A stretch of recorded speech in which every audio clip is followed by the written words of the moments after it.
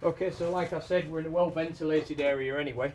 I don't need that. I've read the hazardous data sheet. I did that for all of the products I looked at, and I'm just applying the product directly onto the paintwork. It's a nice thick gel, so it doesn't run. You can flick it. You want to try not to. As I said, I read the PPE requirements for this product, and I'm wearing what's recommended. I probably went overboard on the gloves, but hey, my hands. And certainly my eyes. I've worked in a lot of different industries, machine shops, on a roll dockyard, on construction projects, and you only have one set of eyes to take care of them, guys.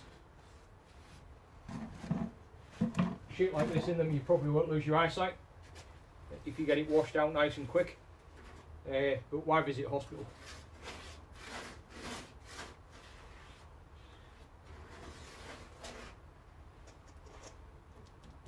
I am putting this stuff on thick, and I can already see the paint's bubbling up.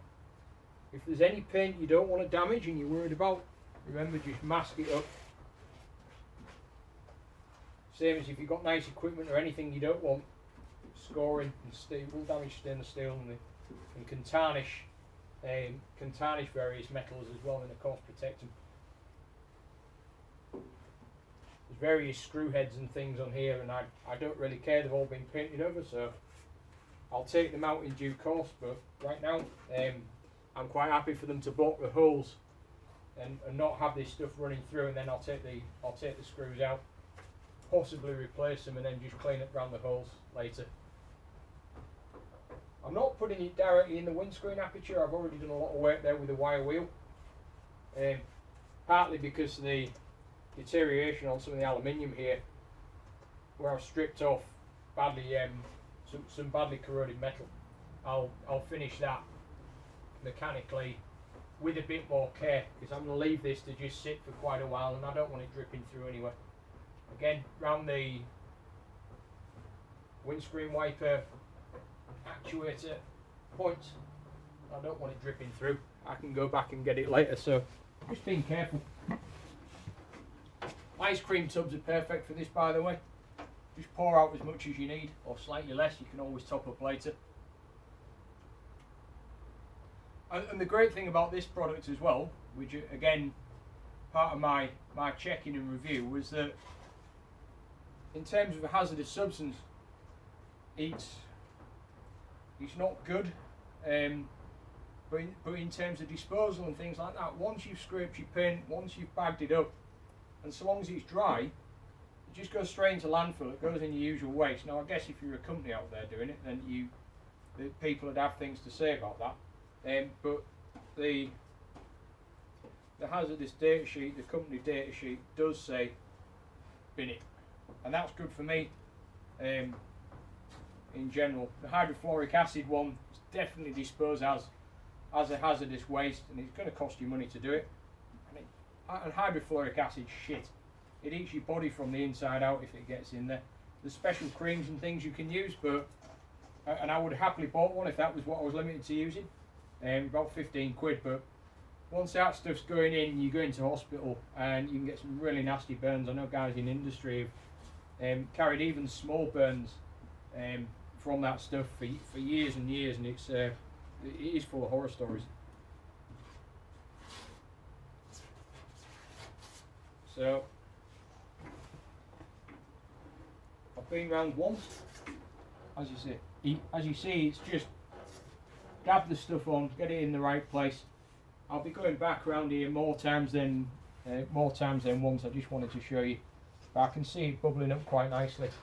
I'm going to go up the doorpost because I've got some left in the pot, but I don't like going too far. I just want to keep an eye on the areas I'm working. I can hear it bubbling away. I can hear the surface of the paint lifting there as I'm doing this. I just want to stay within the area I want to work, and not go away. Part of the reason for that as well is that I can manage one area. I do have kids around, and I can point out where not to go. But if they're in and out the garage, it's quite hard to maybe keep them away from everything. they're old enough to know better not to come and touch it, and they can be told, but don't want to brush against it ourselves. It still might be part of my garage. I'm bloody lucky to have a garage this size, but it's not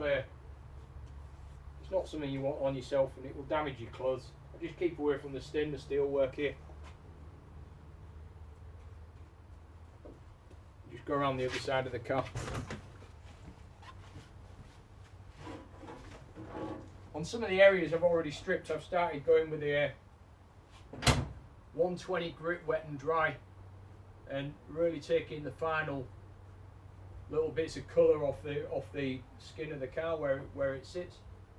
I do need to go back with a brush, the scraper, and there's some areas of filler that need to come off. There's some original factory marks on the car where the original Aston engineers, mechanics, have marked up the bodywork as they've looked down it. Mark 1 eyeball is absolutely fantastic for seeing discolorations and changes in the surface texture and the shape, and they've done an amazing job picking up certain things that I can't even see with my eye, and I've got a pretty reasonable eye for this. I've been doing paint repairs from when I first did my Spitfire years ago. I can't pretend I've done the most amazing job on every job I've done, but I've got a good eye for what I've screwed up anyway. Right, a little bit more on thick around here just because I've got some left in the pot. That breaks through the surface. This is all coming up really nicely. So that's nice and clean. This pot will just dry out and I'll reuse it again later. I can take my daft gloves off, hang them up, let them dry off, and then I'll use them again next time. Alright, cheers guys.